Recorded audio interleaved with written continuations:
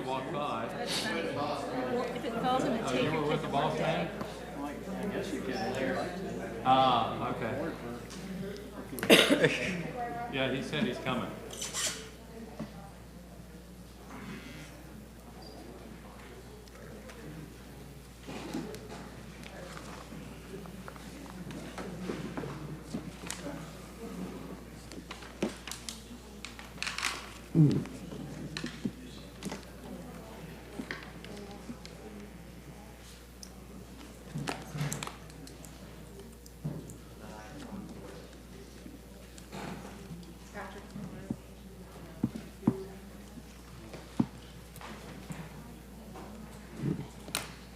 Skeleton crew today. Good thing you're here, John.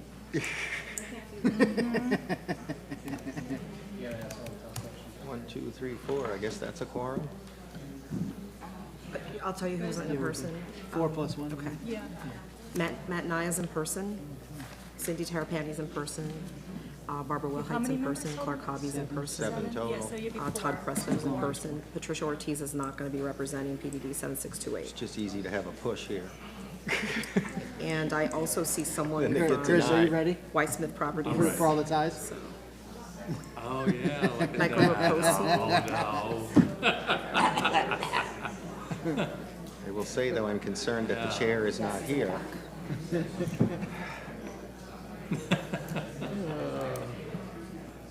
It's not good news to hear. Matt Nya's here Jamie. in person. I have to Yeah. pay attention to those. Yeah, items that's I right. wouldn't normally pay attention to. Right. See? You don't have to pay attention. You set a vote. You're welcome.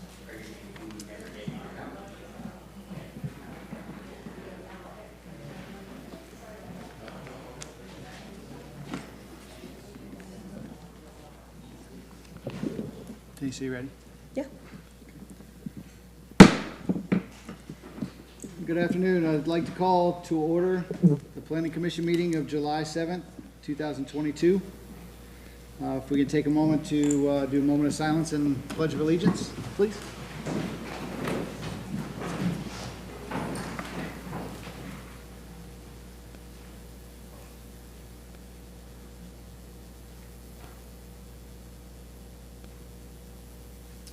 Pledge allegiance To the flag of the United States of America and to the republic for which it stands, one nation, under God, indivisible, with liberty and justice for all.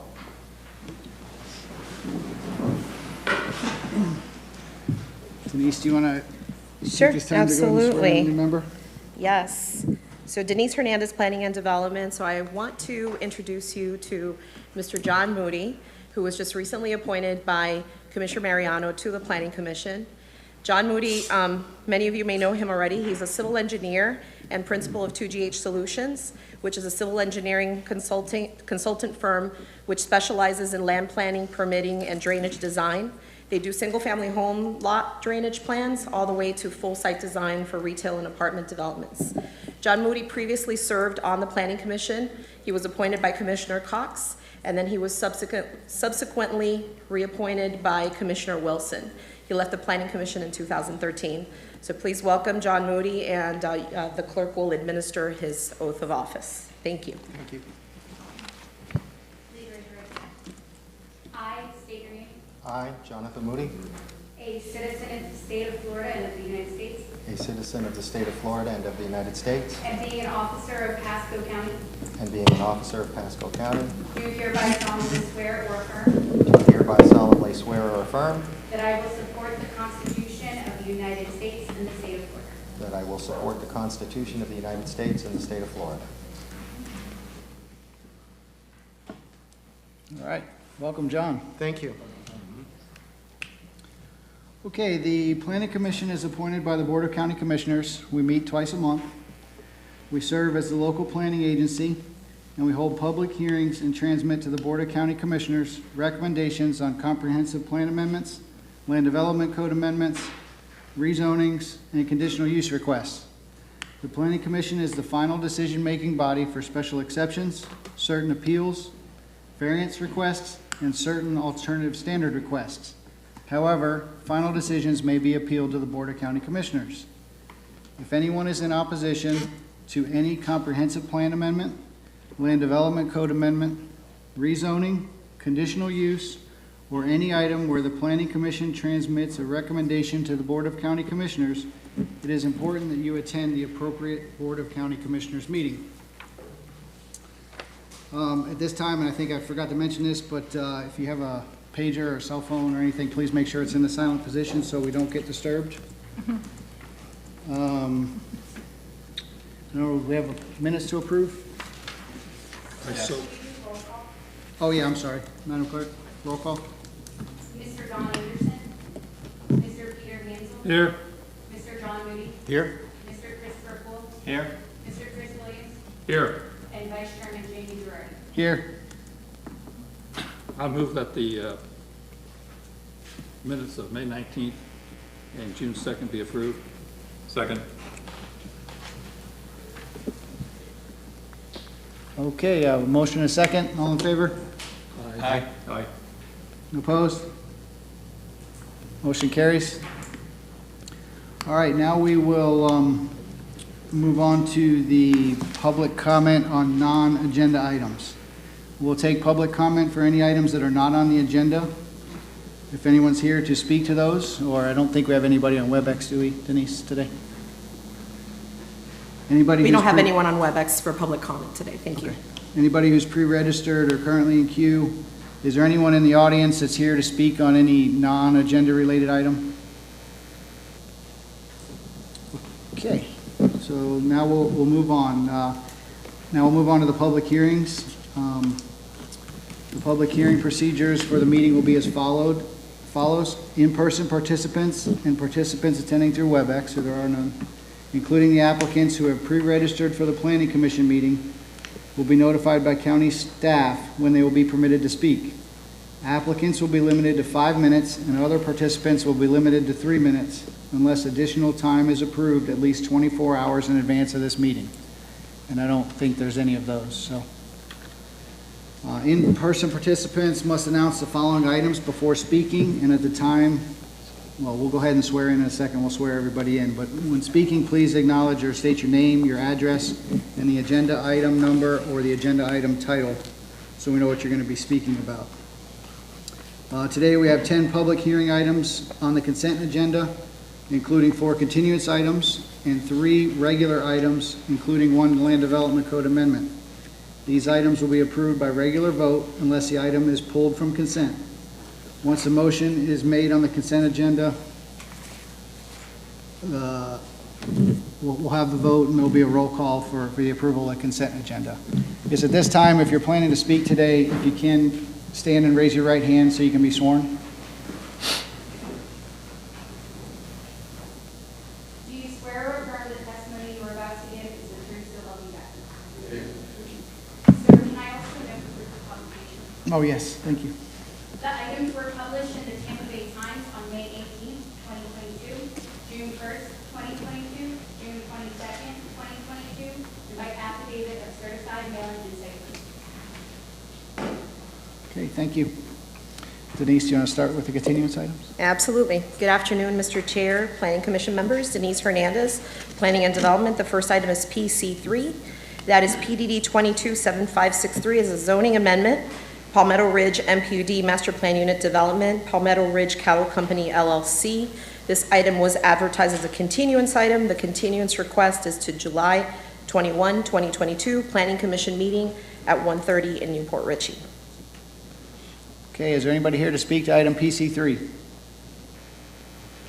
Okay, the next one. Following item is PC4, that's PDD 227614. It's a zoning amendment, State Road 54 Crossings, MPUD Master Plan Unit Development, Colwell Avenue Properties 4 LLC. This item was also advertised as a continuance. It's a continuance request to the July 21st, 2022 Planning Commission meeting at 1:30 in Newport Richey.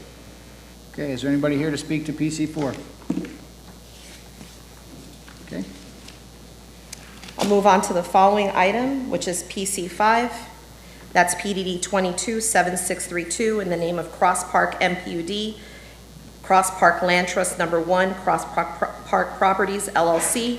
It was also advertised as a continuance. The continuance request is to July 21st, 2022, Planning Commission meeting at 1:30 in Newport Richey.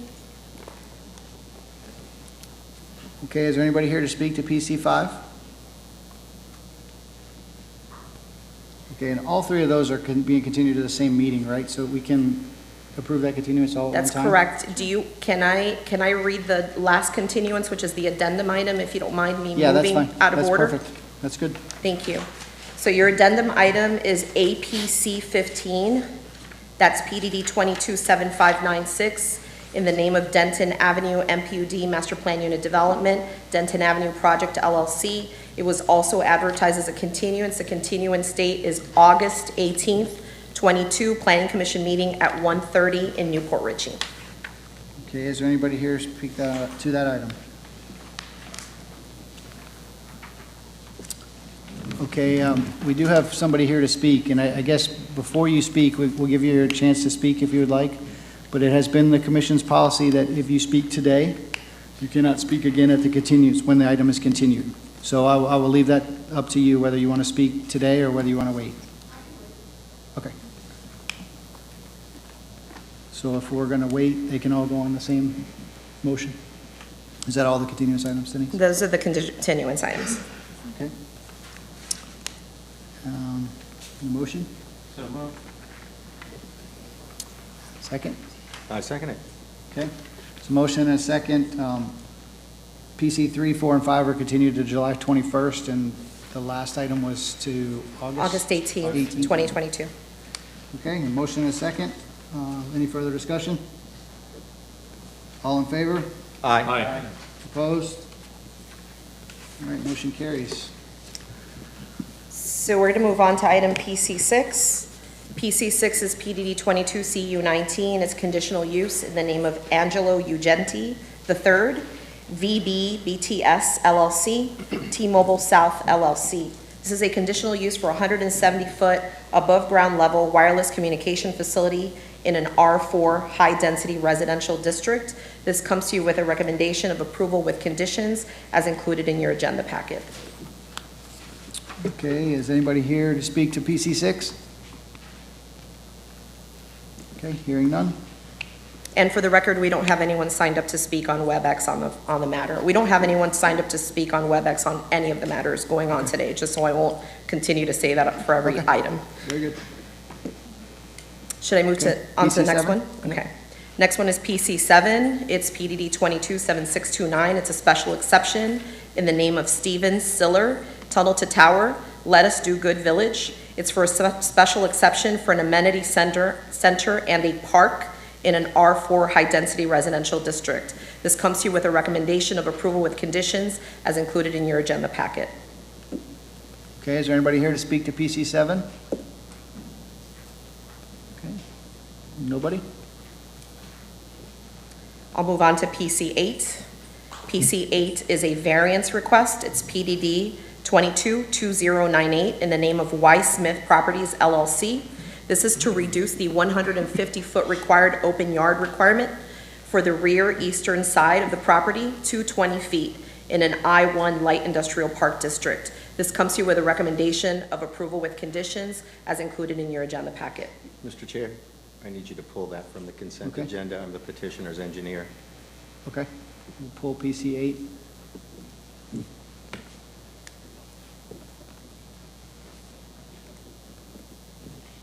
Okay. We're going to move on to PC9. That's PDD 220279. It's a waiver request under the name of Done Right Construction Services, Inc., Florida Cracker. It's a waiver of the specific distance limitation of 1,000 feet from a place of religious worship for the consideration of an administrative use permit for the sale of alcoholic beverages. Comes to you with a recommendation of approval.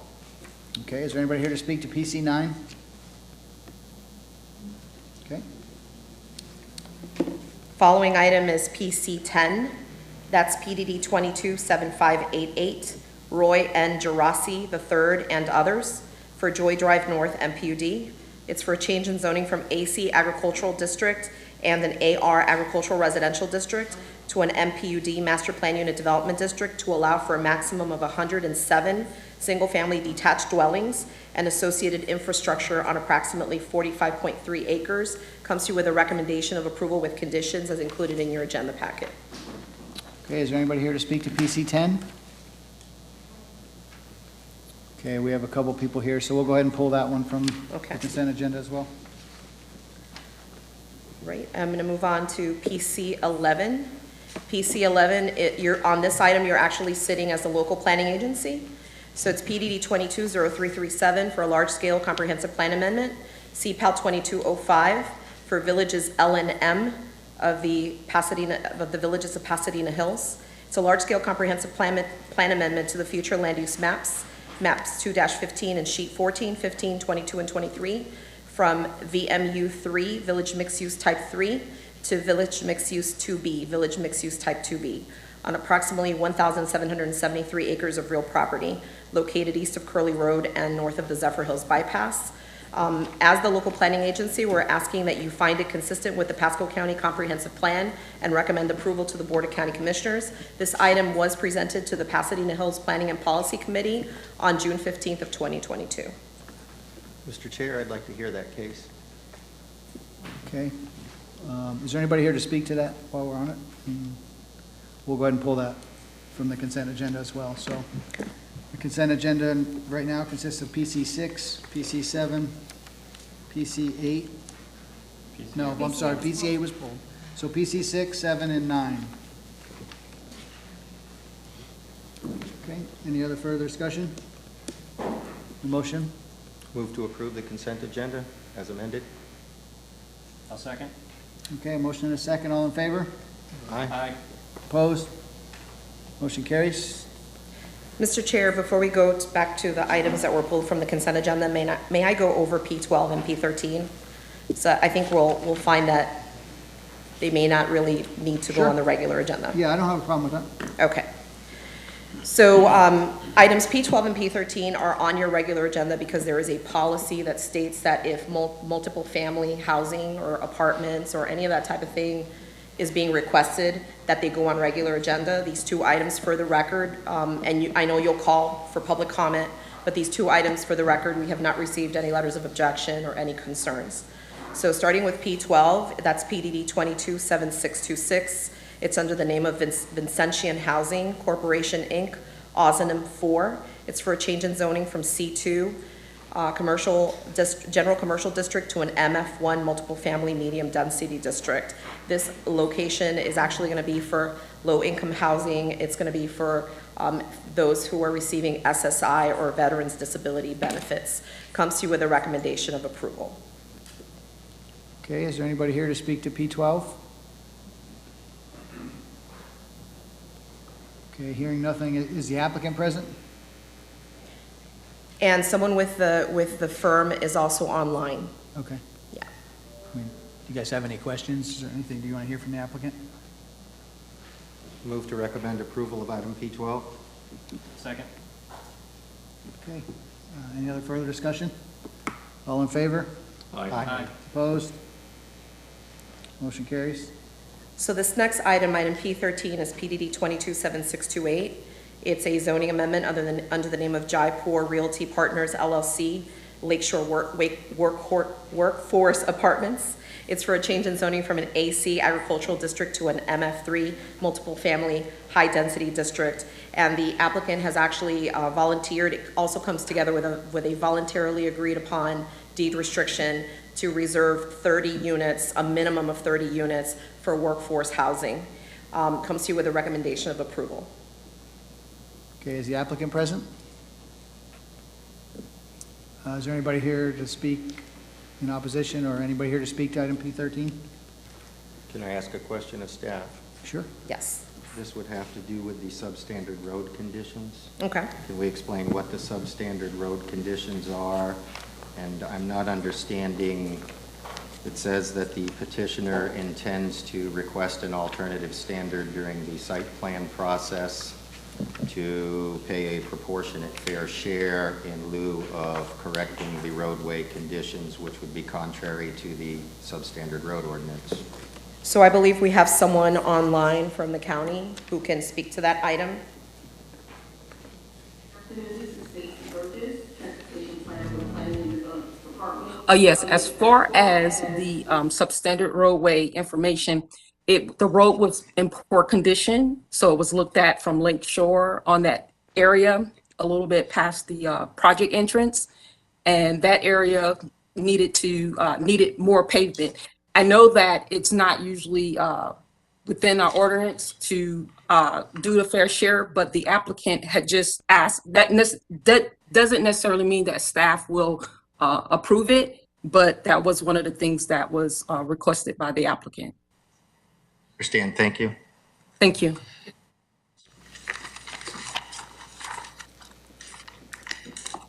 Okay, any other discussion? The motion? I'd move to approve item P13. However, I caution staff not to set a precedent, otherwise all of my clients and some of our other land use attorneys out there's clients will be asking for the same if that is approved. I'll second. Okay, a motion and a second. All in favor? Aye. Aye. Opposed? Motion carries.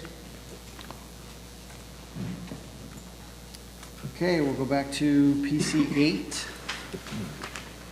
I think PC 8 here, I think really it's just a conflict. It was John, is just that- I'm conflicted out, that's all. Okay, do we need to do, Elizabeth, do we need to do a presentation on that? I've got or- one.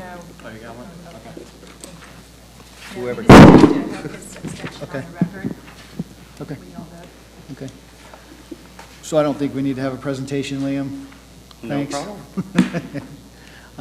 So John's going to abstain from voting. I just need a motion. Motion to approve? CC8? Is there a second? I second it. Okay. All in favor? Aye. Opposed? Motion carries. So that was 4-0 without John. All right, PC 9. PC9 is done. I'm sorry, PC 10, sorry. Sorry about that.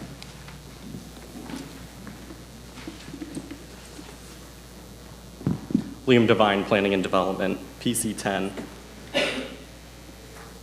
Joy Drive North, MPUD, PDD 22-7588. The subject site is located on the north side of Dogpatch Lane, approximately 390 feet west of Joy Drive, and abutting Joy Drive, approximately 650 feet north of Dogpatch Lane. This is an aerial view of the site. The surrounding future land use is Res 3. Here's a look at the current zoning. The applicant is requesting a rezoning from AC Agricultural District and AR Agricultural Residential District to an MPUD Master Plan Unit Development on approximately 45.3 acres with a maximum of 107 single-family detached dwelling units. The applicant is requesting the following deviations to the Land Development Code. LDC section 901.6.d.11, street design and dedication requirements, and LDC 901.1.h, transportation corridor spacing and special design requirements for subdivision collectors. Staff has reviewed these variations and found that with each LDC section, the connection to the west is to Joy Drive, a county-maintained dirt road, and will be used for emergency access only. There is an existing homes and driveways on Joy Drive. Emergency access only will allow less disruption to these existing homes and driveways and still provide proper traffic circulation.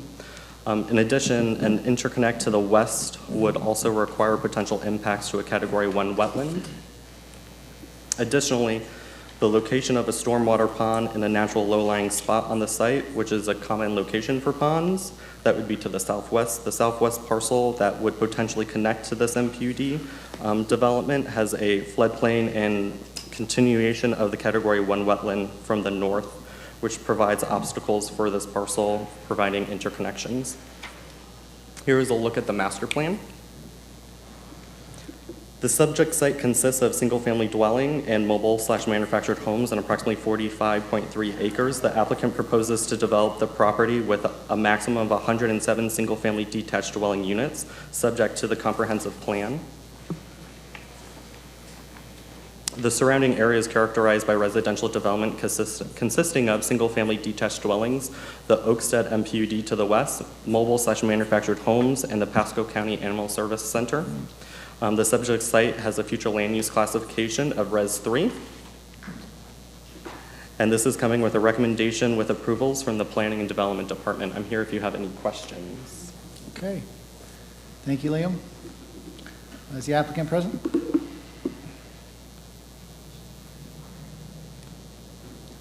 Good afternoon. Barbara Wilhite, 6327 Grand Boulevard, Newport Richey, 34652.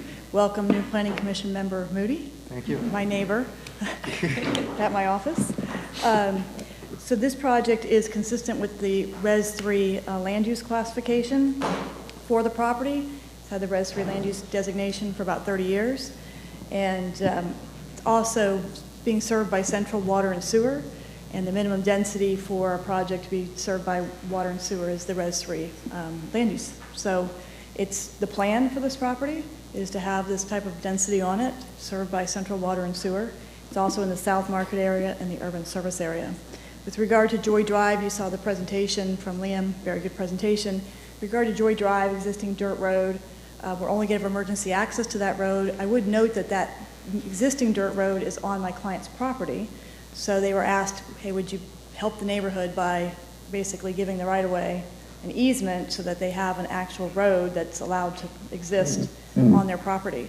So that's actually something that'll benefit the community to the current situation of the fact that there's a road on somebody else's property that they use to access their homes. So my client, not required by the code, but my client, being a good neighbor, agreed to do that. I have with me my client, my client Mac, just drew a blank, and Steve Henry, if there's any issues regarding transportation. I have not heard personally from any of the folks that may want to speak, so I don't know exactly what they want to speak about. And so we would reserve our time in rebuttal to speak to address whatever they might bring up. Thank you. Okay, thank you, Barbara. Okay, anyone here to speak on this item? Again, please, when you come forward, state your name and address, and just go ahead and reference the item you're here to just talk about.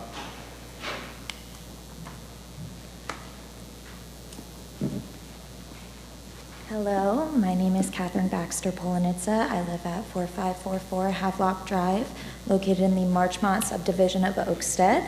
I'm coming here on behalf of a lot of my neighbors who live in that subdivision and most of Oakstead as well, to bring up some of the concerns that we have with this development going in. I have contacted my attorney. He is not able to be present here today, but we'll set up a memo and send that to you guys. A big portion of the reason why I'm here today is because of the wildlife that we have. I know my neighbors see gopher tortoises pretty frequently. They are an endangered species. They have just as much right to be in their area as possible. And with this development, what I'm seeing is it's looking like our wetland is going to be enclosed off. I know you're not touching that wetland, but what you're doing is causing an issue with their gene pool that they'll be able to have, and that's very devastating for an endangered species. We also have concerns about the schools. Our schools are completely overpacked right now. We have portables at all of our Oakstead elementary schools. We have issues with traffic. I've seen myself fire trucks not be able to get to where they need to go because of the amount of traffic that we have on Lake Patience. So these are some serious concerns that we have as neighbors. Unfortunately, a lot of my neighbors couldn't be here today because of the time of this meeting in the middle of the work week, but I wanted to come forward and state that we do have a lot of concerns, and I think that this is not in the best interest of our wetlands, our protected wildlife, and yeah, I want more answers, and I'm hoping that we will be able to stop this. Okay. Thank you. Can I ask her a couple questions? Who told you that the gopher tortoise is an endangered species? I know that from my own research. It's a protected species. It's a protected species. There's a difference between protected and endangered. Yes, and I know that within protected species such as gopher tortoises, they burrow underground for up to 25 feet that are their connective routes. However, I know that within 25 feet of one of their burrows, there cannot be any construction built on it. Correct, unless they acquire the required permits to relocate the gopher tortoise, and that's commonly done. Absolutely, it is commonly done, but So is there a specific reason it shouldn't be done here? They're brought to a gopher tortoise reserve or sanctuary. absolutely, there's a reason. This is their natural habitat. This is where they have been. This is where they should be. I don't believe that building on their land and relocating them is correct. I think that these animals are here for a reason. I believe that we're going to block in this wetland. There's developments that are coming in everywhere. There's nowhere for these animals to go. If I got the plans and permits for the subdivision you live in, would I find that gopher tortoises were relocated? Can you repeat that question? I said if I got the plans and permits that were issued for the construction of your subdivision, would I find that gopher tortoise were relocated? I'm not too sure on that. However, I do believe that there are current animals right there, and that's just one animal that I'm talking about. We have species of birds that we've seen which are endangered animals.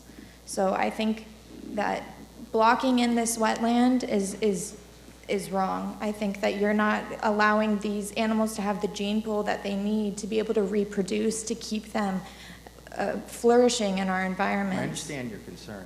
One other question. Why do you feel it necessary to retain an attorney and send a memo to us? I feel that's necessary because I feel like this is a very big destructive. Are you stating that there's some violation of law going on here? No, I consulted my attorney. I believe that I should be able to consult an attorney on matters that are going on in my backyard. Okay, thank you. Okay, I think there was one more.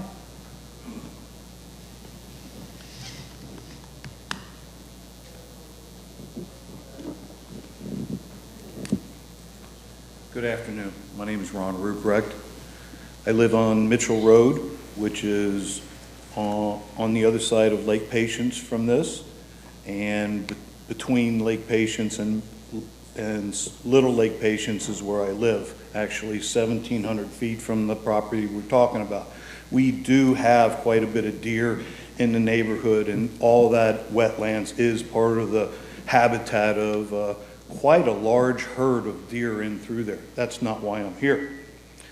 I'm here because of the positioning of this subdivision, and now I understand that it's a trailer subdivision, which we've got enough of that in the area of which I live around, but my house I'm trying to improve.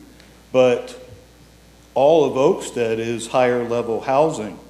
And now you're going to put 107 houses, probably 2 cars per house, that is going to dump out right next to Oakstead Elementary School on Lake Patience. I am the president at Turbine Diagnostic Services on Gun Highway, and my primary route is across Lake Patience in front of Oakstead Elementary. My wife takes our kids to Oakstead Elementary. This is my neighborhood, but you're going to put 200 more cars in the neighborhood dumping out right into the worst congested area of our county in the morning and in the afternoon when this school is going in session and letting out of session. It's impassable. There's probably up to a half-hour delay in the morning and the afternoon, depending on which direction you're going. And now to the east of that area is another rental home subdivision going on, and another on just further east of that is another subdivision. Lake Patience is going to have to be a 4-lane road with turn lanes to accommodate this elementary school. This isn't really good planning, and everything is going on Tower Road, which is right on the other side of this 40 acres, the 45 acres, and the access to in and out of this property should be into Tower Road, which is under development, plans for expansion and can accommodate this. I'm not sure that even the people, the new kids in the neighborhood are going to be able to fit into Oakstead Elementary. It was full before it opened. I am concerned about the wetlands as well, because they are part of an integral wetlands that ties in with Lake Patience and Little Lake Patience. And Lake Patience was ruined by a wood mill back in the 1800s. And we don't need any more destruction or deterioration of our wetlands there. Little Lake Patience has been cleaned up here in the last decade and is looking really good. And we got to be careful with the wetlands in this area. But Lake Patience Road is impassable, and you're going to add more to that. Okay, thank you, sir. Yes, ma'am. Can you please state your address? 4556 Mitchell Road, Land O'Lakes. Okay, is there anybody else here to speak? Okay, please come to the front. Hello, my name is Barbara Heck. I live at 4422 Havelock Drive in the Oakstead community. I wasn't going to speak, but he brought up, that gentleman that spoke before me brought up a really good point. You cannot get through Lake Patience at school time. I try to deviate and go around the other way, go through Sun Lake or whatever, even when it's a shorter way for me to go there. That is just not impassable, and I wonder if emergency vehicles ever had to get through there at school time, they would not. Your house would burn down or somebody could die in a car accident. It's terrible, and you are going to add more. And that brings up, if this subdivision was zoned for 102, why are we allowing 107? We have such tremendous growth here, and we don't need to add more to it. If it's already zoned for that, that's a point. You don't have to increase it. The schools are overcrowded there. I happen to live on the preserve. We do have tons of deer come right in my yard all the time. I can't even keep my plants growing because they're eating them all. But it's beautiful back there. There's a lot of birds and hawks and all kinds of wildlife in there. And I'm so afraid that this is going to scatter them to who knows where, because even down in that Dog Patch Lane area, there's another subdivision going in there. So how much can we absorb? And do these places pay impact fees for the roads and the schools? Okay. So that's all I have to say, but please give it some real thought where we're going to hold the line. Thank you. Okay, and ma'am, just real quick, yeah, thank you. No, Yeah. If you can, just please raise your right hand and she'll swear you in. Yeah, there's one more. You are about to give to the truth, Thank you, and one more? I should ask this before, but while you're on your way up, have you been sworn? She needs to be sworn too, so. They tried to warn me up here, but I was too slow. Do you swear or affirm the testimony you are about to give is the truth, so help you God? Yes. Hi, I'm Debbie Moore. I live at 4116 Kristen Lane, and we live right adjacent to the Kristen Lane Grove, the Kristen Joy Drive Grove that was approved in September for 54 houses. And we are in a pure swampland, and that's what I'm wanting, Sean. You guys see pictures up here that look like that? We are in Class 1 wetlands. We live in the only spot on our 6 acres that isn't wetlands. And it's pure swamp everywhere. Go show them, Sean. You guys look at stuff on a piece of paper, they show a piece of green, and you think you could put houses there. Mm-hmm. And it's like when Oakstead came in 1999, we filled up the whole commissioners everywhere, the Yeah. other commissioner's If you building. stand back there by the podium, maybe everybody can see it. Go move around, Sean, show them. Yeah. Anyway, we filled up the whole commissioner's hearing at the Oakstead hearing back in 1999, and everyone just totally ignores that now. We were like very rural back then. We defended it back then. We're just getting pounded and pounded and getting slammed in as tight as you can possibly get. It's like, it's just very wrong. If you could pass these pictures around, just look at them. Like, you guys don't see this man. Do we? And I'd like to say one time for the rebuttal at the end, I do want to let you know, Vacations Road is 2-lane, no shoulder, no sidewalk, people walking flatboats at night. My daughter Go had back by the microphone. Yeah, there you go. And then just to clarify for when you're speaking, we won't hold this against your time, but the applicant gets the rebuttal. This is your 3 minutes to present. Okay, I understand. Last Very time, good. the lawyer told them all kinds of false stuff, and we were told Lake Patience Road used to be high functioning, go straight on through, and it never did. We were told that there was no problem on Lake Patience Road with traffic. There have been deaths out at Lake Patience Road and 41. This is a very, very horrible road. At night, there are people in black clothes, bicycles, baby strollers, baby carts from the people who live in the woods back there too still that go up and down that road at night, and you do not see them. My daughter had people on either side of the road, and she called me crying because they were both right there on Lake Patience Road in the dark of the night, and this is continuous. That's in front of the new rental homes. Anyway, you guys, you need to pay attention to what you're doing to the county, because you don't walk the property, you don't know what it's like. It's very not what you're seeing up there. Thank you. Okay, thank you.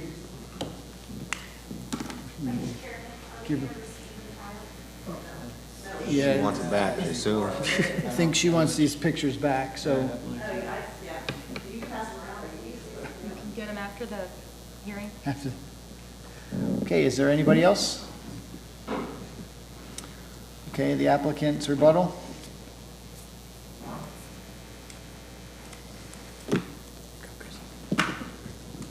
Barbara Wilhite for the applicant.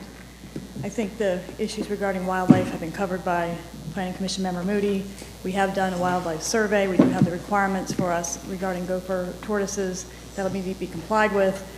Like you said, just like the neighborhood that she has moved into. Back then, we didn't have to relocate gopher tortoises. They were allowed to be buried. So we're actually, things have progressed now, and there's more protections for gopher tortoises over time. As far as schools goes, we have been reviewed by the school board. We have our school capacity review. We have to do school concurrency at the time of site plan review, preliminary development plan review, excuse me, and we will do that. I do have, regarding traffic, I have Mr. Henry here with us that can go over traffic. I would say, with regard to the one person that spoke that's going to hire an attorney, I can tell you that we have met all the requirements. Your staff, the staff, goes through all of that very carefully to make sure that we meet all the requirements, and even asks for more things like the Joy Drive easement. We do have an interconnection to the north. I know there was a comment regarding access to tower. If you look at the master plan,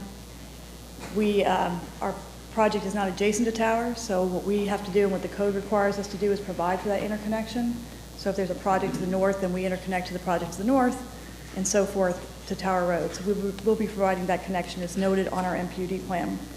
The issue regarding 102 versus 107, it is 107. It's just a process, under the comp plan, that's the maximum density. It's just a process. The code says you have to do a conservation easement to have that density, conservation easement over the Category 1 wetlands. So it's a process, but the maximum density under the comp plan is 107. So there's no proposal to impact wetlands? That's correct. Correct? Do we have any impacts to wetlands? Tiny. A tiny impact. It's not part of the state wetland system, it's a little off. Not part of the Category 1 wetland system? It's not part of the Category 1 wetland system. It appears to be an isolated wetland, a small isolated wetland. But our density bonus is coming off of, the density under the comp plan between 102 and 107 is coming from the Category 1 wetland that's being preserved. In order to get that, the county is now requiring, it's actually been in the code for a very long time, a conservation easement. So you'll see our memos are starting to be written differently, and I think that's why the confusion, because it normally would just said 107, but the county wants to make sure that we do a conservation easement over the Category 1 wetland, in addition to platting it as conservation and deeding it to a homeowners association or CDD.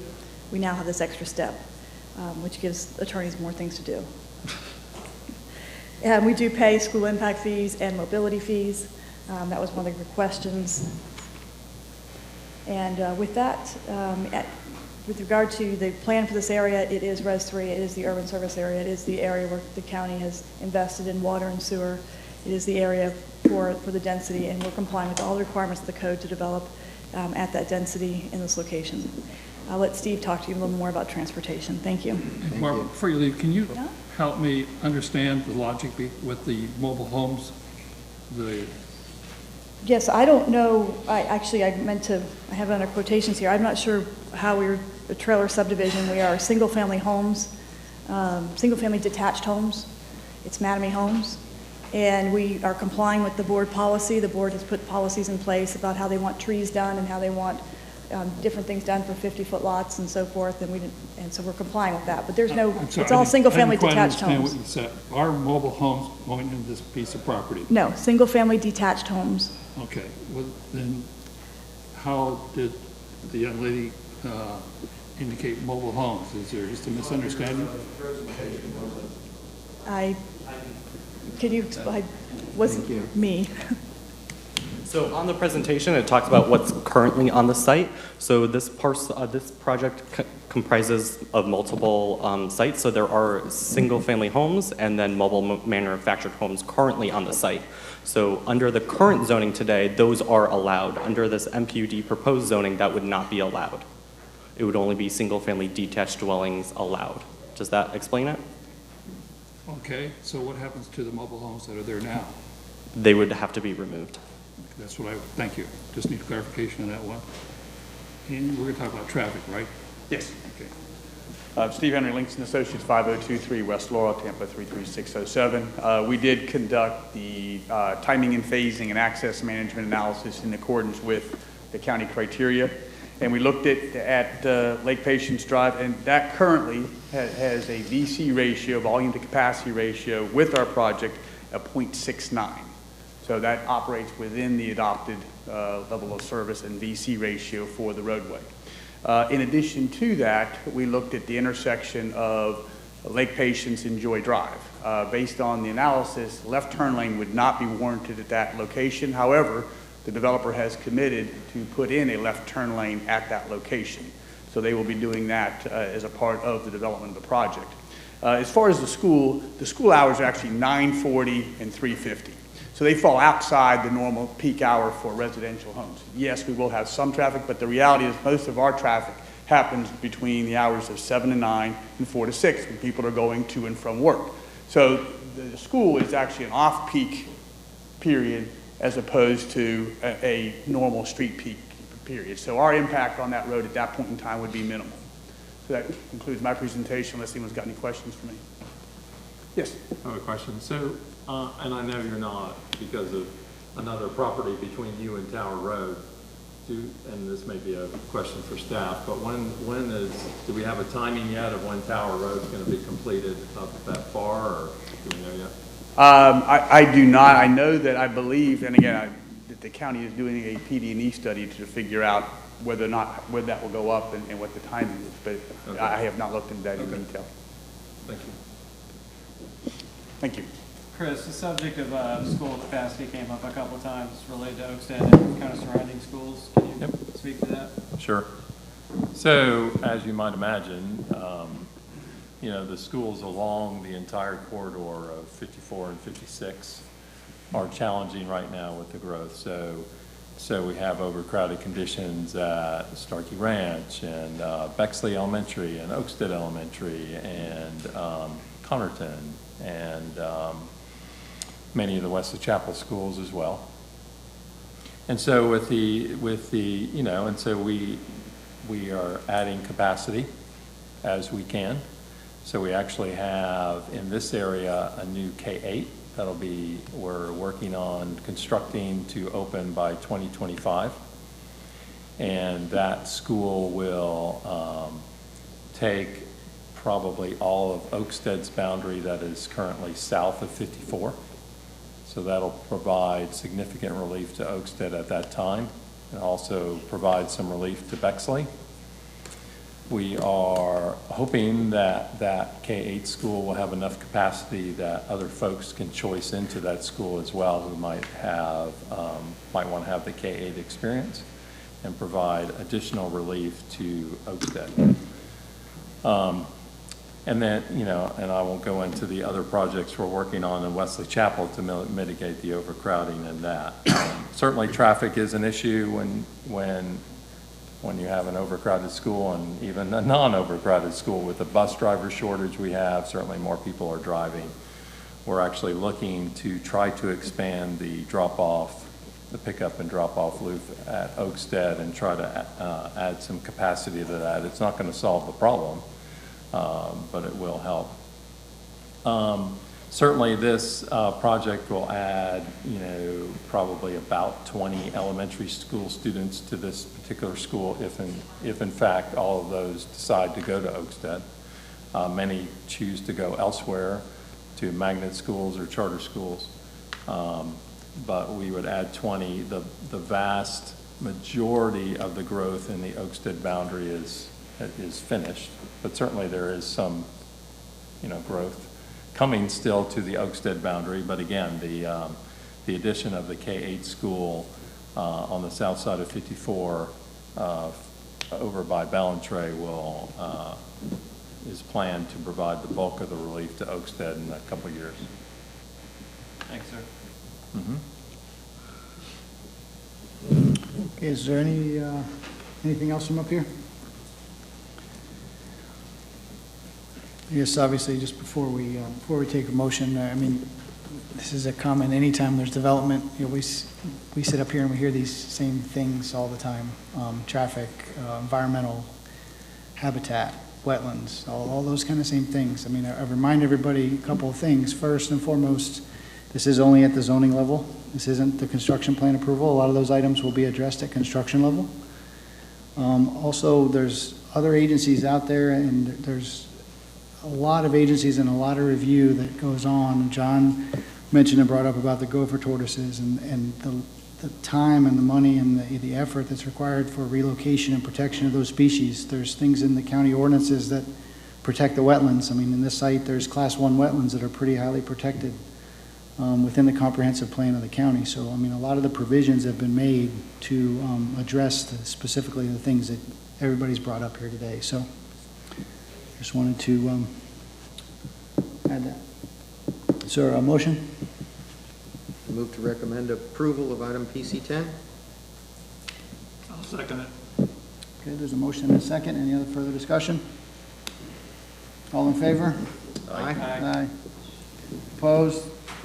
Motion carries.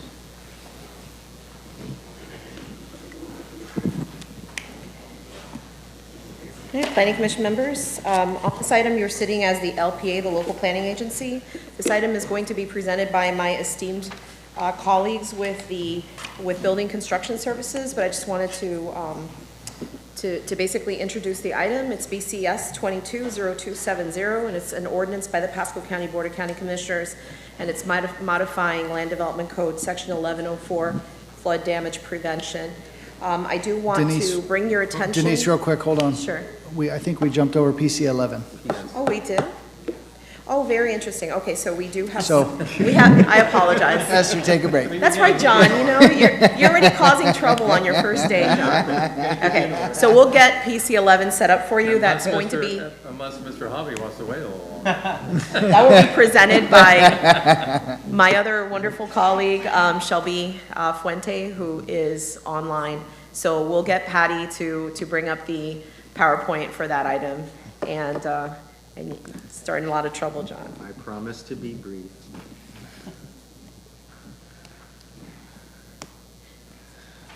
Okay, Shelby, are you there? Good afternoon. How are y'all doing today? Alrighty, for this item, then you are going to be sitting as the local planning agency. This is going to be a large-scale comprehensive plan amendment. So CPAL 2205, and this is going to be for the VOPH villages L and M.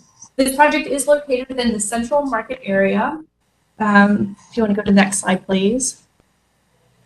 For this amendment, then, it is a large-scale comprehensive plan amendment to amend the future land use map 2-15, sheet 14, 15, 22, and 23. And this will be an amendment from VMU 3, Village Mixed Use Type 3, to VMU 2B, Village Mixed Use Type 2B.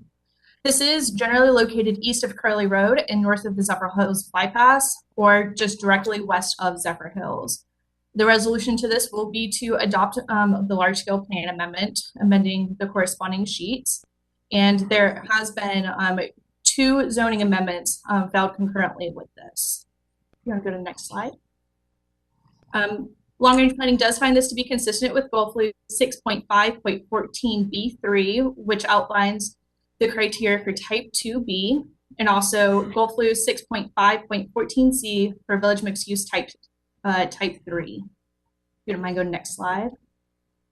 The site is located within the village of Pasadena Hills, and this is going to be villages L and M. So those are going to be the 2 villages to the southmost boundary of the villages of Pasadena Hills.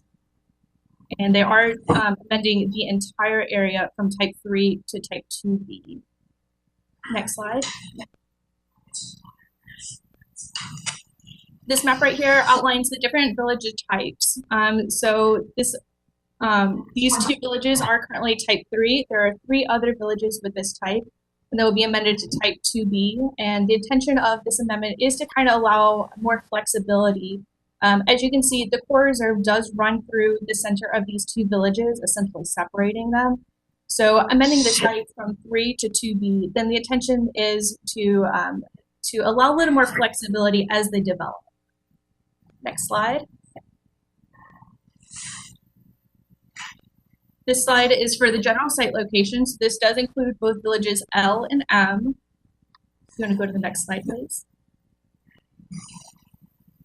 So with VOPH, then you technically always have 2 future land uses going on. You have your underlying future land use, which is the counties. So in this case, it is currently Res 1. The applicant has chosen to opt into the villages of Pasadena Hills, and that will be allowing them to opt into that village mixed use Type 3. So the amendment here is from that Res 1 to activate that, that village type. If you want to go to the next slide, please. So here then this showcases the proposed future land use of the Type 2B. Next slide. The current zoning out there is AC. Post comprehensive plan amendment, then they will be amending the future land or the zoning category to MPUD, and they currently have 2 MPUD applications submitted. Next slide. So this is probably the place where you're going to have the most questions. So this is the entitlements for VOPH. For villages L and M, through this amendment from Type 3 to Type 2B, there is 0 changes in entitlements. So we're not increasing the residential or non-residential. The only difference in the types is Type 2B allows for more flexibility in developing. The intent of this is with Type 3, then with the locations of the wetlands and other geographical features, it essentially restricts all development from even achieving those entitlements. So by amending the type, then we're adding that flexibility where they can actually achieve the set entitlements for this. Next slide. So long-range planning, we do come with a recommendation for the local planning agency to find the proposed amendment consistent with the comprehensive plan and to recommend approval to the Board of County Commissioners. And just let me know if you have any questions. Okay, thank you. Thank you. Mr. Chairman, Clark Hobby, Hobby & Hobby, PA, 109 North Breast Street, Tampa, Florida, have been sworn. There may be questions for Mr. Moody, but I want to dumb this down a little bit for a simpleton like me. The only reason this plan amendment is before you is when we started working on this project, we realized that we think there was an error in the village typology. The financial plan for VOPH and the entitlement chart for VOPH cannot be achieved anywhere near for this site with a Type 3 village, and that's because in a Type 3 you have to have a neighborhood edge, which is not more than 2 units per acre on 70% of the entire village. What that would mean on these 2 Depew villages is that you'd have over 800 acres 613 acres in that condition. And by our analysis, which is not final, but our estimates are that we would be roughly 41% shy of the planned entitlements at build out for these 2 villages, which is a considerable number of units, about 1,800 units, and that's about a $20 million hit on the VOPH financial plan. So all we're trying to do, keep the same entitlements, but use the Village 2 typology, which allows us to have more of a neighborhood general and neighborhood core acreage as opposed to just sprawling area of not more than 2 units per acre, which is not efficient. Mr. Moody, do you have questions? You just answered it. Other than I have one more, the staff report doesn't say who the petitioner is. We applied on behalf of the Depew Ranch, which is about 98% of the overall villages, but I think this is a plan amendment, so I think staff is treating this as more of a quasi-legislative matter. Happy to answer any other questions.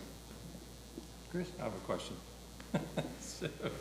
So, and I'm sorry what I asked you earlier, but I didn't get to review it till this morning. So, I don't know how long ago and who it was, but a couple of years ago, somebody called me, I don't know if it was from Clearview or somebody. Was it you or somebody else? Because asking about schools in this area. Oh, was it? Okay, I couldn't remember, sorry. But I thought there was an engineer who called me too. Anyway. I think you've spoken with Mr. Schrader from time to time about it as well. Yeah, but it wasn't Mr. Schrader, but it was somebody. Anyway, we talked about it, and not that anything's required here. Right. But I mean, we kind of left it open, and so the fact that you're here today, I hadn't talked to them since then. So does that mean that's off the table? And again, I'm not necessarily it's not. looking. No. We have plans for school sites in Village M. It's the westernmost of the two villages. There's a school site in both villages, one in the east and one in the larger in the west. Okay. Oh, perfect. And again, when I told the planner, I said, I'm not sure how much we're going to need and if we need that, but I just wanted to I just like the conversation to be open. Just remember Mr. Schrader and his closeness with Mr. Altman. This was made aware to us several times over the last few years. Okay. Just for the record, Jordan Schrader, Clearview Land Design, 3010 West Azile Street, Suite 150, Tampa, Florida, 33609. I have been sworn.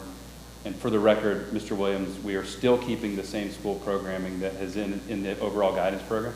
Okay. One in the east, and then the larger complex in the west, still at the northeast quadrant of Curly and Wells Road. Okay. That's still in the plan. As we move forward with MPUDs, we'd love to continue working closely with you, and access, size, and all those components. Perfect. That'd be great. Thank you very much. Okay. Happy to answer anything else. Thank you. Anything else? Pete, good? No. Good. Chris?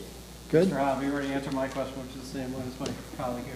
So. There's a pile of paperwork to do something fairly simple. I was out of town for the VOPH Advisory Committee, but I understand my friends on the committee were totally perplexed by what was being done. It's again, we're having to change about 3 or 4 different exhibits just to make this one change and make sure that we don't adversely affect any of the other villages in VOPH. Your explanation of why was good. I couldn't understand that from the staff report. And can I ask a question of staff? And that is, are there other proposed villages in the village of Pasadena Hills that may have this same problem, so that as we go forward with the update to the comp plan, that maybe those can get corrected in the process? I can just from the applicant's perspective, we don't know. We only ran into this issue when we started to analyze this site in detail. Maybe Shelby knows. Shelby? Not that I'm aware of, but that would be something for us to explore, definitely. Thank you. Terry, are you racing up to explain and confirm? Yes, Nectarios Pithos, Planning and Development Department. Each of the villages are reviewed separately as MPUDs come in. So MPUDs will begin to update the villages as they develop. We are currently working on a number of updates. We've updated the master planning documents for VOPH, and these are the only 2 villages that have been identified for the clarifications that have been discussed today. I've not heard that there are other villages out there that have a similar problem. So, but if we find them, we will update them, and then of course the MPUD process provides a lot of opportunity there to make any course corrections as well. Okay, great. Very good. Okay, nothing else? Do I have a motion? I'll make a motion to approve PC 11, fund the proposed amendment consistent with the comprehensive plan, and approve the proposed amendment. I'll second that. A motion and a second. No further discussion. All in favor? Aye. Aye. Opposed?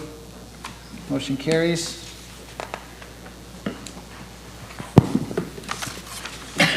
All right, we are finally at P14. BCS 220270. This is a modification to the Land Development Code, Section 1104, flood damage prevention. This will be presented by my colleagues in Building Construction Services. I do want to say that there is a correction on your agenda memo, the first paragraph on your agenda memo. I believe it's under the background. It should say August 24th, 2022, and now it says August 24th, 2021. That's just a typo. Okay, so just wanted to call out that correction. And thank you. Thank you. Great. Esther? Good afternoon, Mr. Chair, planning members. My name is Esther Oluyemi, Building Construction Services, and also the county building official. What you have before you is the revised flood ordinance for Pasco County. This is section 1104, flood damage prevention, in accordance with FEMA regulations, and this brings us into conformity with the NFIP, which is the National Flood Insurance Program. And this is the BCS 22-0270. Next slide, please.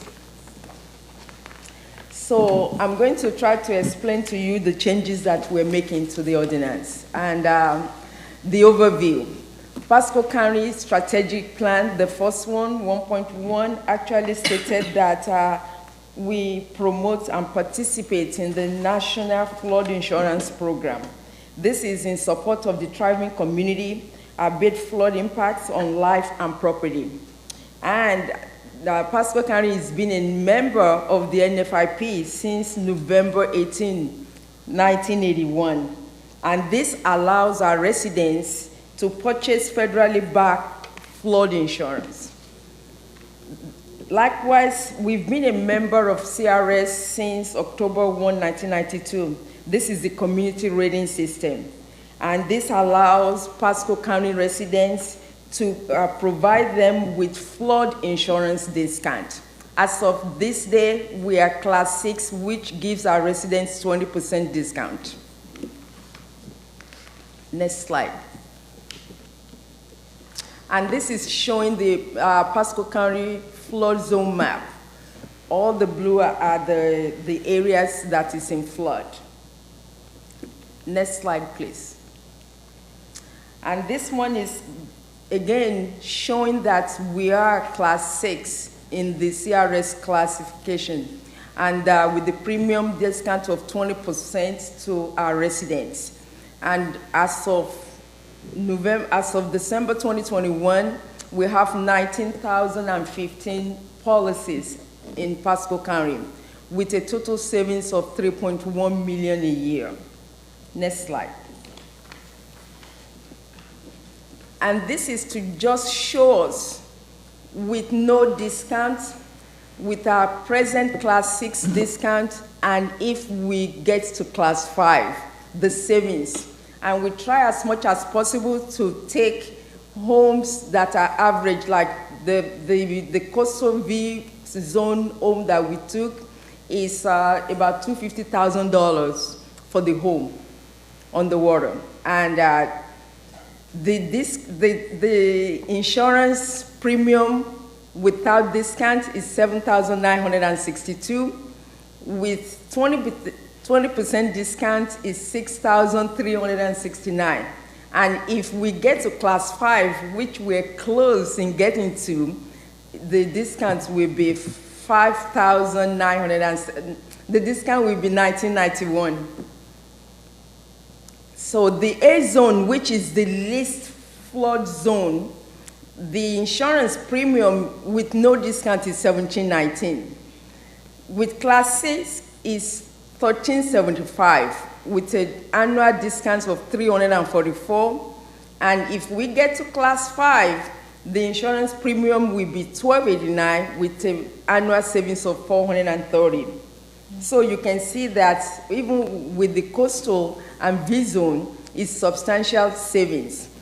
Right now, $1,593, and if we get to the class 5, it's $1,991, which is almost $2,000 savings. Next slide, please. So these are the requirements. This is what FEMA requires for us to stay in class 6. We are to adopt the new Federal Emergency Management Agency flood insurance study and flood insurance. These 4 bullets, I'm going to try and take them one at a time to explain what it entails. Next slide. The first one is to adopt the new Federal Emergency Management Agency map. This map is already approved by FEMA in June 2020. So but we're bringing it forward now to be adopted by the county. Next slide. The second point is to eliminate the 36 inches option for manufactured homes.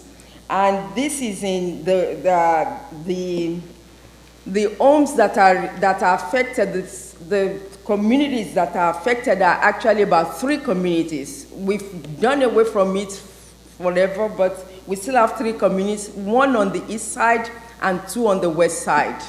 And already, these changes is already in the Florida Building Code. Where you see the green writing, that means it's already in Florida building. We're already enforcing it as it is right now.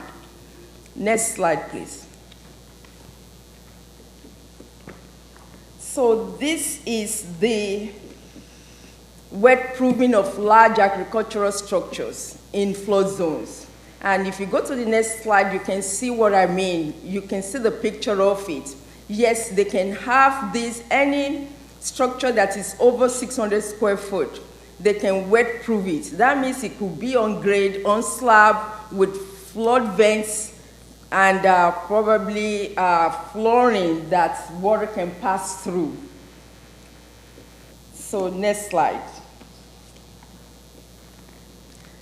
The last proposal that is required by FEMA to stay for us as a community to stay in class 6 is standardize the use of market value for substantial improvements to existing structures. Right now you have market value, there are 3 options.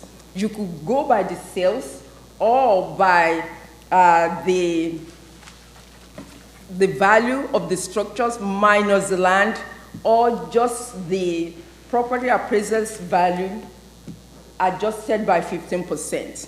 But FEMA is now making it mandatory to eliminate the sales comparison, to stay with the market value, with the raw value of the structure, or to go with the property appraiser's value adjusted by 15%. So these are the recommendations. These are the requirements by FEMA for the county to stay at class 6.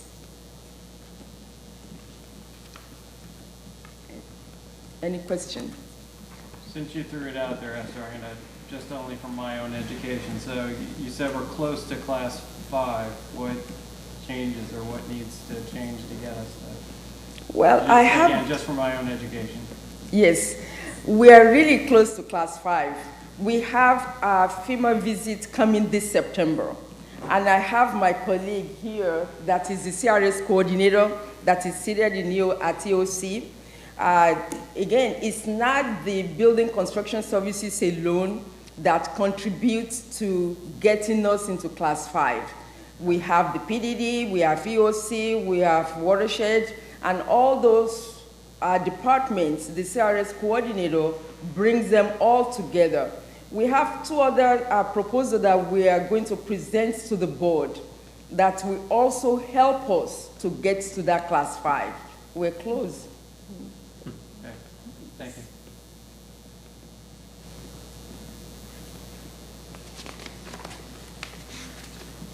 Esther, I don't think this is a change, but just clarification for me. In 1104.2 applicability, Yes. this ordinance takes precedent over construction that's otherwise exempted from the Florida Building Code. Mm-hmm. And it lists things like railroads, non-residential farm buildings, chickies, which I'm kind of trying to figure out how that one works, since a chickie's constructed over water, which would generally be in Zone V. So basically, we'd be telling the Miccosukee Indians, you can't ever build a chickie, at least in Pasco County, the way I read it. And maybe Elizabeth, am I reading it wrong? I actually did not work on this ordinance. Okay. So I'm not familiar at all. So I have some concern that we may be overstepping rights that are granted to others in pursuit of the insurance discount. I'm going to look into that and get back with you on it. But from what I know, that the chickie is not, they don't need a permit. I'm sorry, Cecilia. It's not, if it doesn't have any electricity or plumbing, it's not permitting is not required. I It's understand. not, yes. Right, but it does say elsewhere in this ordinance that if a permit's not otherwise required, you're still subject to other sections of this ordinance. So I think that's creating kind of a problem for the legality of those structures, which the legislature set out to make sure that those can happen. But something that needs to be looked at. Okay, we'll look into it and see how we can exempt. The other one that I noted is in 1104.5, and this has to deal with development permits. Normally, our development permits, site development permits in this county are valid for 5 or 6 years from the date they're issued, and this basically gives you 180 days to start or you're done. What's the reason for the 180-day time limitation? Where's that citation, John? It's 1104.5A5. Okay, A5. Yeah, 10 of 31. See it. Thank you.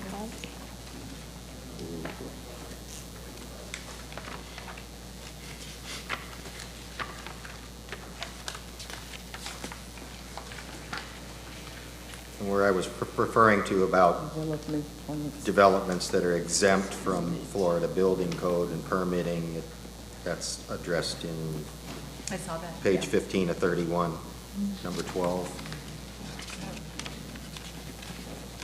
Yes, I'm looking at it. I know for a fact that majority of what is referred to in this is vertical construction. And in accordance with the Florida Building Code, anything that is not done within 180 is considered abandoned. But there is still a room to give us to apply to be extended. And 99.99% of the time, we keep it alive. Right, but this says development permits, this wasn't vertical Doesn't construction. say building permit or vertical permit. Right, it's development permits, horizontal permits. So I'm concerned that that takes a substantial amount of time, and especially in the environment that we're in, right now, it takes some of my clients 6 to 9 months just to acquire the materials they need to commence their construction. So I'm concerned that that places an inordinate burden on them to get started or lose their development approvals. Although I do see there's an opportunity for an extension, but that's only for 180 days at a shot. Whereas the normal development approval, I believe, is 6 years from the date of issue. Yeah. So we look into it, and we will get with the zoning administrator to see if that could be. It's not done. necessarily an objection, but it's a question. Yes, okay. One other thing to consider too, even though I didn't work on this, there are specific definitions that pertain to this section that maybe need to be referred to for clarity on your questions, I'm not sure. Okay. Because when Cindy Jolly originally worked on this, there was a series of definitions specific to just this part of the code. Which are attached back here, but I'm not sure if this is all of them.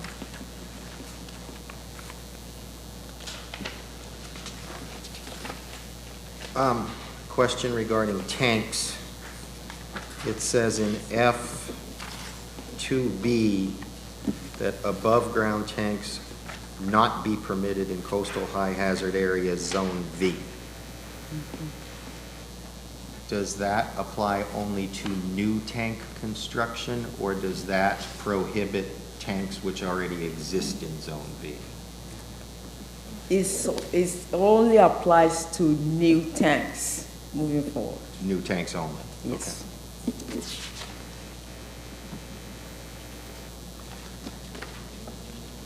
And then this goes on page 22 of 31 regarding fences in floodways, and again, fences in coastal high hazard areas on the following page 23. I'm not necessarily opposed to what the proposed ordinance is trying to achieve, but it somewhat conflicts with the current permitting requirements in the county. Right now, the county doesn't require permits for fence. So now if you're in a floodway or you're in a coastal high hazard area, Zone V, are we creating a de facto fence permit, or are we going to change other portions of the code to add fence permitting? Well, How would that be enforced? we will handle that by, we still have about a few months to go to get all these things through, and we will put that into consideration, and we will liaise with the zoning administrator to see what we needed to do with that, if we have to put it to permit fences in the velocity zones or whatever else that we need to do. I mean, I have a concern. It says the fence shall be designed to fail during the design flood. So does that mean we now require a professional engineer to design a fence?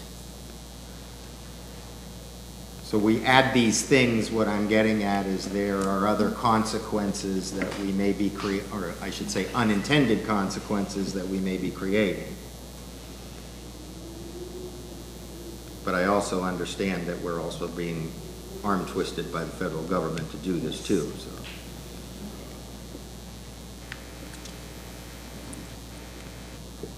Esther, I just have it's probably a stupid question, but is everything in this ordinance, these revisions, all the stuff that's required to maintain us in Class 6? 6, yes, sir. So this is all required to maintain Class 6? Yes. There's nothing in here that addresses trying to get us to Class 5? No.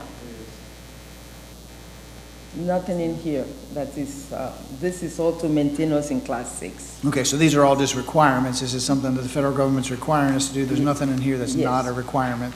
This is requirements, yeah. Savant, did you just say there was? The definition portions. Yeah, those are just cleanup languages that the state, yeah.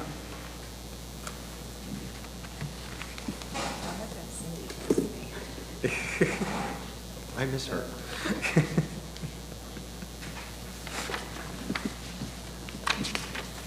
Okay.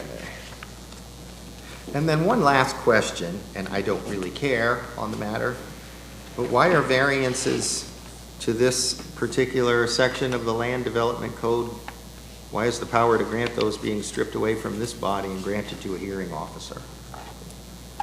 That's got to be a typo. Where is that? At the top of page 26 of 31. No, Planning Commission is clearly crossed out and hearing officer is underlined. We have no mechanism that I'm aware of, the county attorney's office would refer anything to a hearing officer. So I don't know how that trigger would happen or what that process would look like. This is the flood, everything that we do in flood does not even go to the construction board. It goes through an hearing officer. And it's in conformity with that, that we discussed this with our attorney. What? Could you, I'm not familiar with the process, Yeah, so maybe you could help me. Did Christie okay that language? Yes, okay, yes, then I'm ma'am. staying out of Yes, it ma'am. because she reviewed this, not Yes. So how does that process work? Yeah, right now we don't even have any variances for flood. So the FEMA is introducing this into that we need to have a process for variances. So far, I've been in the county for 6 years and we've not had one. Well, after this gets adopted, we may get some requests. Yes.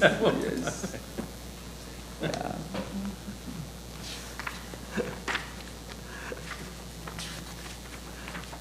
That's all the questions that I have. Okay, anybody else? I just want clarification. You brought up a good point. You're taking the planning commission out of it, because you strike it out. Do we have a hearing officer currently? Yeah, we have an hearing officer that hears all of our flood violations. So you said, okay, I didn't quite understand you. So you're saying we do have a hearing officer in place at the current time? Yes, sir. And who is that person? Or where is that person located at? And is he or she an employee of the city, county, or state? Who employs the hearing officer?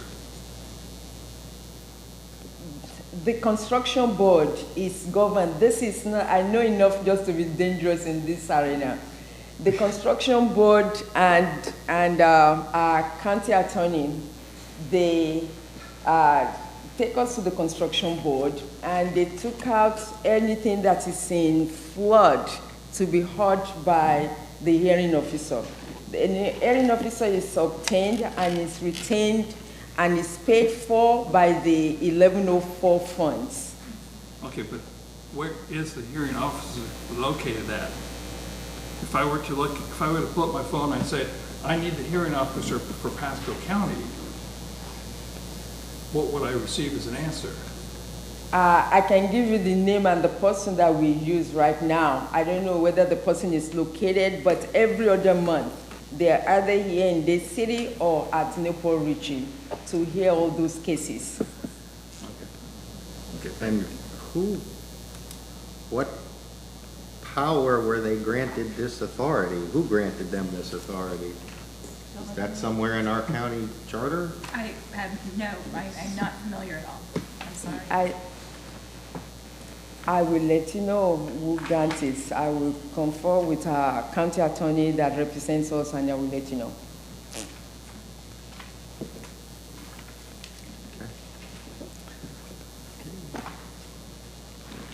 You've got the hearing officer quite a bit of power if you read through this here, and I'll be honest with you, I have not, but just these 11 paragraphs that they address, that hearing officer has a considerable amount of power to hear something. It's just, I assume. We don't know who they are. They're what? And we don't know who they are. Well, yeah, that's the point. You're granting all this power to somebody, and, you know, I drive from here to Point, if I go home, I get stopped by a police officer, at least I know I can go to object to the ticket if I receive a ticket or whatever violation I have a person that I can go to, a judge or somebody, but, I mean. Yeah, the only thing I can say is I can let you know who the hearing officer is, but we've never had a single variance case, but everything that is in violation, that is in flood, goes to the hearing officer. That is conducted by the county representative in the county attorney's office. Are you referring to the code construction board as the hearing officer, or is the hearing officer someone other than that? Not the code, not the, it's the equivalent of the construction board. The HRE hearing officer, the same hearing officer that is being, yes, that's what normally hears the flood. We do have another body, just so you're aware, Peter, that the code construction, basically they hear violations of the Florida Building Code. Yes. And that's, the prosecuting attorney in our office does handle those matters before them, but that's the only other body that I'm aware of outside of going into the court system for code violations or going through the administrative or process of planning commission and BCC for things. So, Elizabeth, when you say the prosecuting attorney, does that person sit in judgment or just prosecute the case? I think they present the violation to the co-construction board. That's Right, how but they don't Crystal sit in functions. judgment, they No, just not at all. prosecute. No, they just, it's just like going into the court system with a code Yes. violation, but they go to a different board that specializes in the Florida Building Code, which the courts can't really do, they don't know it enough. So the hearing officer must be someone else like that. My assumption.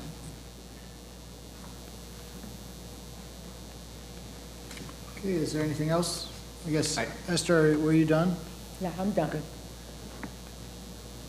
John, did you have anything else? I just, kind of point of order, I didn't know if it was appropriate for discussion. I'm finished asking Yeah, okay. questions. Sure. Yeah, I guess, is there anybody here to speak on this item? Okay, Barbara? Thank you, Esther.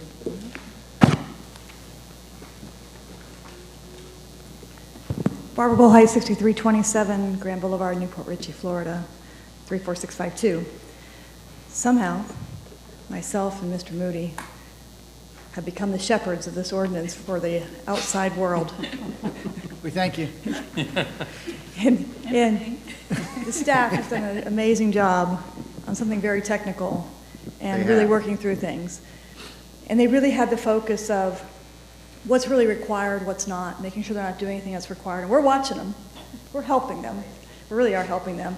They've been very collaborative. And I've been doing this a very long time, and I see that collaboration comes and goes sometimes, and I want to recognize it when I see it. And Sally Sherman's leadership, Esther's leadership, in trying to really get this figured out and make sure there's not unintended consequences. That's my sole focus of spending a lot of this time, my own time. I don't have any time to do anything. But my focus has been on it not having unintended consequences. And every time we ask a question, they follow up, and they're like, oh, that might have had an unintended consequence, and they change it. And I think that's going to continue. I think we continue. We don't ask questions here because we're like, gotcha, because we're continuing to read it as they're continuing to work on it. And so it's not, like we're coming here and trying to do something without letting them know, because they really reached out and made every opportunity to work with us. John and I, the two chosen ones for whatever reason, trying to make sure.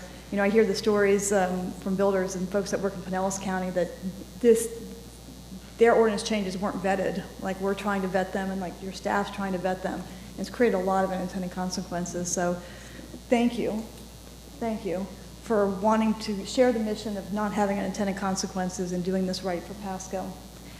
I don't have a lot of things. As an attorney, what I look at is kind of wording, and so I would ask, I get a little confused because sometimes the ordinance says flood hazard area, and sometimes it says special flood hazard area. So I'm like, are those the same? Are they different? So okay, so maybe we can make that wording consistent. I think it's supposed to be special flood hazard area, so make that consistent so that we don't have because I think I understand special flood hazard area is the A zone and the V zone. So if we could make that clear. And then anytime, just make sure that, especially in that last section we've talked about that's all underlined, so I can't see where the changes are, just make sure we know what those provisions apply to, because when you look at that last session, it kind of became a mosh pit of stuff. It used to be 2 sections, and it said, hey, if you're in the A zone, you do these things, and you're in the V zone, you do these things, and if you're a floodway, you do these things. But now we kind of have it all in one thing, one section, which is fine, but we just need to make sure each time we talk about a requirement, what is that applying to? Is it applying to special flood hazard area, which is the cumulative A and V? Is it talking to just the V zone, which also has, you see V zone and coastal high hazard area used, but you've been really good about saying coastal high hazard area and then pointing out to us that means the V zone. So I think that's helpful. I think some of the points that John has pointed out, perhaps it's really supposed to just say building permit instead of development permit, because development permit, as we know, is all the approvals that we do. So maybe if you would look into that, and I think it's in the current ordinance, and that is not enforced that way or interpreted that way, because I would know, because I have some pretty upset clients. If I can make a comment about that, because I was looking at the current ordinance, and the current ordinance uses a term which is defined in the Land Development Code. It uses the term floodplain development permit or approval. Oh. And the definition of that term in the LDC is an official document or certificate issued by the county or other evidence of approval or concurrence which authorizes performance of specific development activities that are located in flood hazard areas and that are determined to be compliant with this code. So the word floodplain was dropped off of that term, and so now it gives us the impression that it's a development permit. Well, but similarly, Yeah. any development within a floodplain would be approved by the preliminary development plan, construction site plan, and stormwater management plan Correct. report process. That's the current vehicle for it.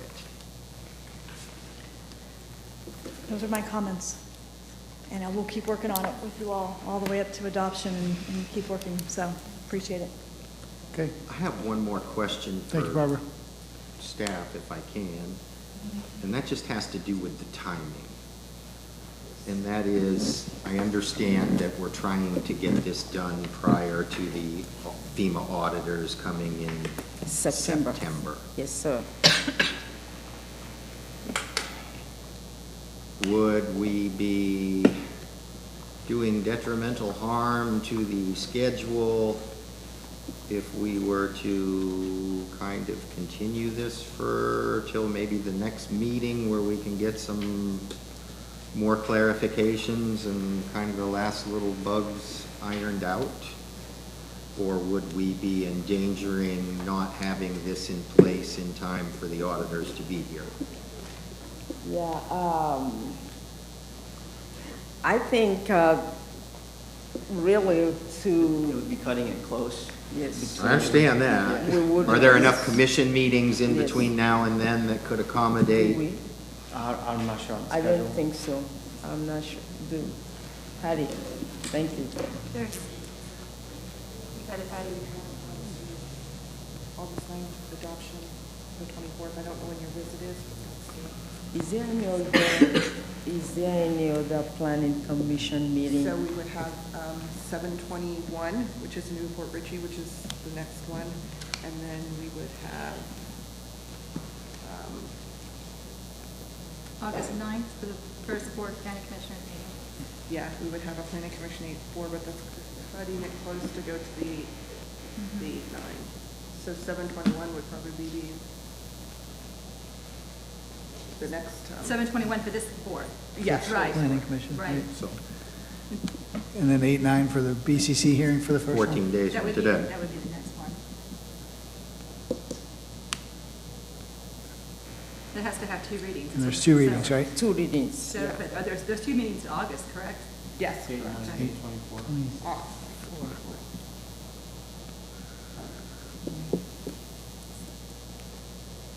Okay. Well, you've answered the question. She was just worried Sort of. about agenda coordinator deadlines. No, I understand that. We would, yeah. For the benefit of those, Barbara indicated that she and I have somehow been appointed shepherds of the ordinance. We've been working on this since May. We've had various discussions with staff, and let me say, staff has gone out of their way to address our concerns, and they've come back with changes which have directly addressed our concerns. Mr. Patel is probably one of the most diligent county employees I've ever met in all the time that I've been here. So they've been pretty good about that, but there's still a few outstanding questions. One of them has to do with wave run-up analyses. That's something new that is now going to be required for construction in Zone V.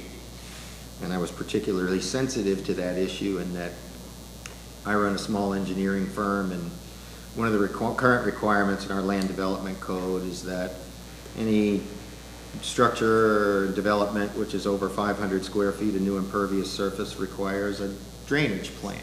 Well, when the public at large calls around to engineering firms and needs a drainage plan for their single-family home or their tool shed, the big firms go, well, I'm busy working on the 5,000 unit MPUD. I don't have time to work on your tool shed. So I do them more as a community service, and my concern with the wave run-up analysis is that someone who needs a wave run-up analysis, which I haven't got a clue how you do, and I'm not sure if you do, Jamie.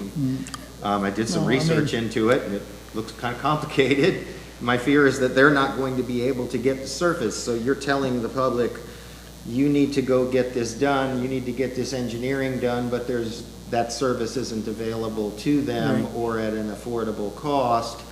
And Mr. Patel last night was back and forth with the state trying to help us on that issue. I saw his correspondence back and forth with the Department of Emergency Management, and we'll say he went to bat for us.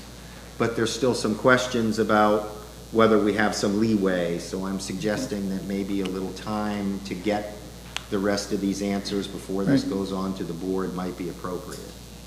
Yeah, and that kind of goes back to my question as far as required versus, well, I'll call it a requirement list and a wish list. I mean, the way I understand to go from from class 6 to class 5, there's additional requirements that have to be made part of the code.